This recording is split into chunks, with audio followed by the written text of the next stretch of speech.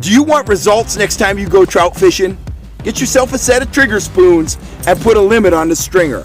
They flat out produce.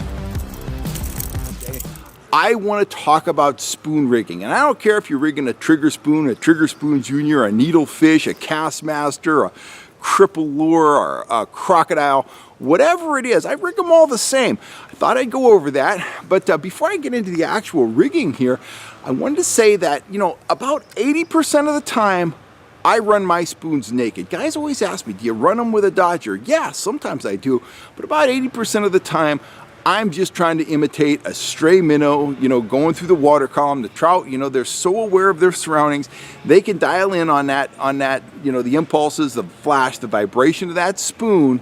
They think it's a minnow, they grab it, and it's fish on. The exception to that is when I'm fishing big open water like Shasta, Don Pedro, maybe Folsom, and I'm fishing fairly deep. In that situation, I almost always team my spoon, if I'm going to team it with a Dodger, with a 6-inch blade. We'll get into Dodger and spoon combos in just a second, but let me show you my basic rigging for spoon trolling. I've got I actually got one of my lead core rods here, and it's set up for spoon trolling. I was actually using this rig last time I went fishing out at Rollins Reservoir. I was using a speed spoon that day and caught several fish on it. So let's start out with the leader to spoon connection. And before I show you that, let me tell you, I tie my leaders in advance. Right now I'm using 12-pound Yozuri top knot fluorocarbon. Fluorocarbon is critical sometimes, so I use it all the time. It reflects water at the same, or it reflects light at the same rate as water, and that means it's virtually invisible to fish. Because it's virtually invisible, that allows me to upsize. I like to use 10 or 12-pound test. I like that insurance. I like that cushion because I'm always trying to catch, you know, really big trout. I don't always catch really big trout, but when I get a big trout on, I want the extra insurance of using a little bit heavier than standard line. You know, most guys are using 4 to 8 pound test on their leaders. Well, I'm using 10 to 12, and it just gives me that much more insurance, and it doesn't cost me any strikes as long as I'm using the proper connection and I'm using fluorocarbon. So let's talk about the connection. Now, you can connect your spoons, you can put a split ring on the nose of them. You can connect them via a loop knot, but the most efficient, easiest way to connect them is to tip your leader with a small light wire cross-lock snap, just like that one there. Not a snap swivel, a cross-lock snap. You can change lures very quickly, very efficiently with that type of connection. And remember, you want to save time. You want maximum amount of time with your lure in the water. Seconds add up to minutes. Minutes add up to hours over the course of a season, and the more time you spend with lures in the water, the better your chances of hooking big fish. So, I like to use the cross-lock snap. I like to pre-tie these because I like to make sure the knots are perfect. I use a Palomar knot. I typically sit at the bar in my kitchen. I watch some TV. I tie up maybe a dozen leaders. I wrap them on foam pool floaties. I just keep them in my tackle box. And that way, when I need a leader, I've got one. If a leader gets frayed or broken, I just grab a new one. I'm ready to go. Again, maximum efficiency on the water equals more time with your lures in the water, and that equals more fish. So, enough said on that. I typically, this one's actually a little long, but I typically make my leaders 48 inches long. So I put the snap at the business end up top.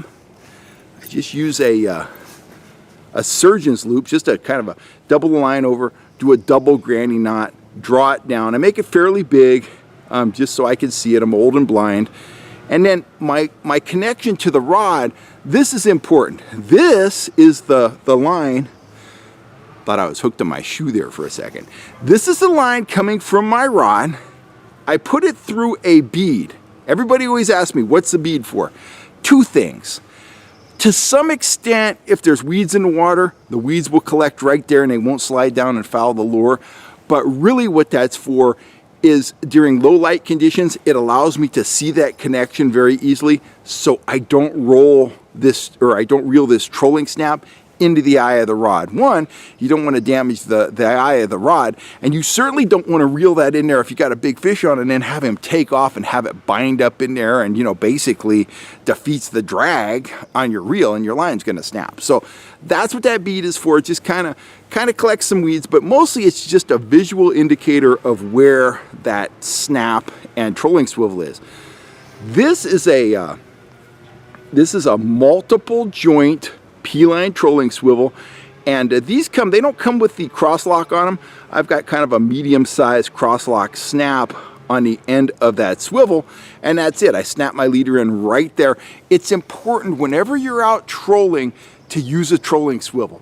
If you have to speed up and the spoon starts spinning for a second, or maybe you hook a stick or something like that, the spoon, you know, it starts spinning, or maybe you catch a fish and he just kind of starts spinning a little bit. You don't want that twist transferred to your main line, and that trolling swivel helps to prevent that. Now, if you're using something like a rolling bait or something, you know, like a Brad's bait, something like that, I would double down. I might use 2 of those, or I might use a trolling rudder, but that's a whole different subject. We're talking about spoons. So that is my basic rig. 80+% of the time, main line goes through a bead to a trolling swivel, 48-inch leader tipped with a cross lock, tipped with the spoon of your choice. Now, if I do want to use a dodger, a lot of guys, they'll put their spoon, gotta turn these around here. I got one of my fisheye 6-inch dodgers here. They'll put their spoon real close to the dodger. I don't like to do that. If you're kokanee fishing or you're fishing a bait that has no action, yeah, put it close to the dodger so the dodger imparts action on the bait. But in this case, we've got a wobbling spoon. We don't need the dodger to impart action to the lure. We want the dodger to put out flash and vibration mimicking a feeding fish. Other fish come in to see what that fish is feeding on. They see the spoon and say, oh, there's a stray minnow fish on. So I like to space these out. Minimum distance, about 24 inches. I like to go 36 to 40 inches when I'm running a 6-inch dodger like this between my dodger and my spoon. Space that out. Have the dodger working over here. Have that spoon working back here. You're going to draw the fish in. They're going to see that spoon. They're going to grab it. You're going to be smiling. You're going to be filling the smoker or the frying pan with trout. It's all good. So those are really the 2 ways that I rig spoons when I'm out trolling. Most of the time, run them naked on that 10 to 12 pound fluorocarbon leader. But every once in a while at the bigger impoundments, I'm going to throw on a 6-inch blade. It could be one of my fisheyes, could be a sling blade, whatever. I like these slim profile blades, control them a little faster. They work very well. And when you hook a fish, they put very little drag into the rig. Traditional herring dodgers, they have a significant amount of drag, and whenever you hook a fish, the dodger's still working, and you know, they kind of deaden the fight of the fish. So anyway, whatever brand you choose, mine, sling blades from Max Lure, whatever, I'd go with a slim profile 6-inch blade when I was out trolling spoons for trout or kings and I wanted to use a dodger. Anyway, that's all I got to say for now. I want to thank the Anderson family for all the support and thank you for that awesome video you shot. And I will catch all you guys here next time on YouTube. If you're looking for lures, go on over to the Fish Hunt Shoot Productions store. Please hit that subscribe button down there if you haven't hit it. And hit that bell too, and that way you'll get a notification every time I'm on here talking fishing. We just went over a major milestone, guys. We have 3 million views on the channel. I mean, man, I was hoping for 3 views when I first started shooting videos, so I'm pretty stoked about that number. It's been a long road, and I couldn't have done it without all you guys. So thank you very much. Thank you for all the support, and I will catch you next time right here on YouTube. I'm feeling some raindrops. I think I'm going inside. Anyway, I'll see you out in the water. I'm Kel Kellogg. You have a great day.